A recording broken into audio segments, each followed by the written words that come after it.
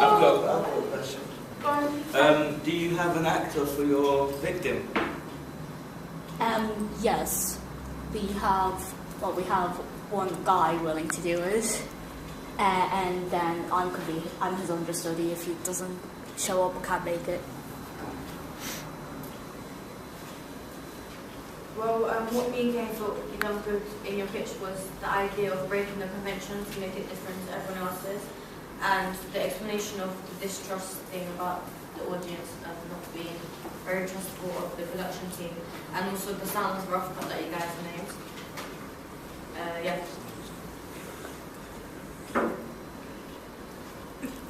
Is anything from over here? I like to get rid of elements.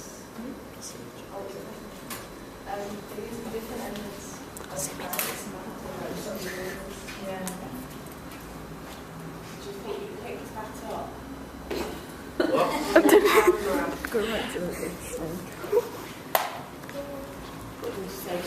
I said you use like different elements of surprise to shock the audience. Thank you.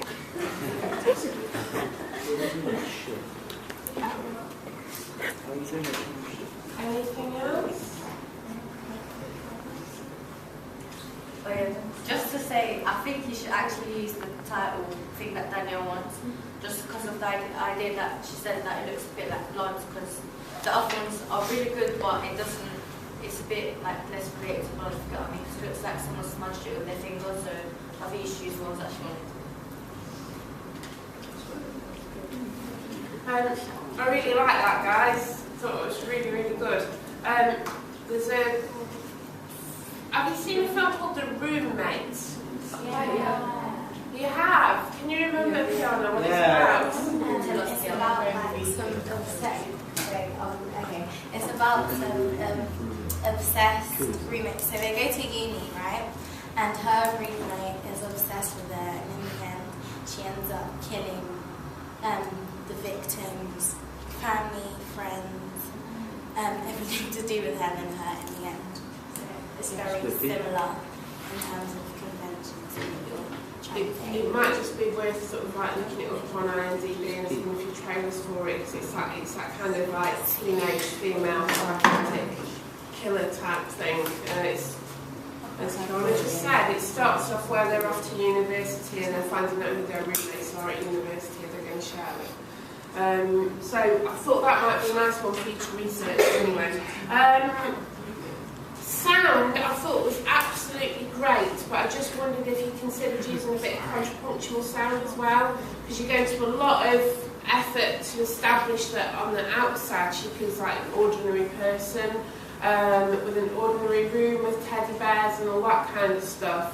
And it took me back to when we were looking at the stepfather, and although they got that eerie sounds while he was in the bathroom, we got the Christmas carols and the normal sound on the radio. And I just wondered if we needed a bit of sound to establish normality, so that we could then get the contrapunctual sound of, we've got, she's normal, but actually she's got chloroform on her desk next to her lipsticks. Yeah. And that might be quite nice to use it in that way, but obviously I'll leave it up to you because I really did like the sounds investigated there. And the final thing I just wanted to pick up on was target audience. And you've got the core audience of 15 to 25, which I'm absolutely fine with. I think that's great. Wider audience would actually be a bigger net. I think you said 30 to 35. My initial question is, what happens to people who are 26 to 29? That's my initial question. And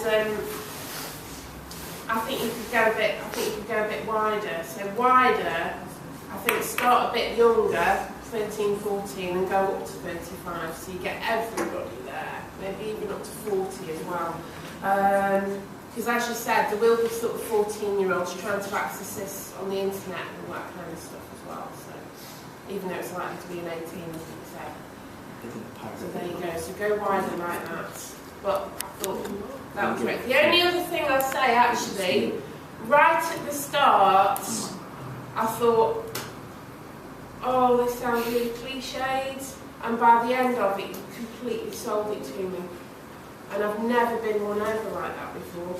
That's hand on heart. I can honestly say I've never had a pitch where I start off thinking, oh, this is a cliche, and then by the end of it, I'm completely sold. So I've never had that before, so well done.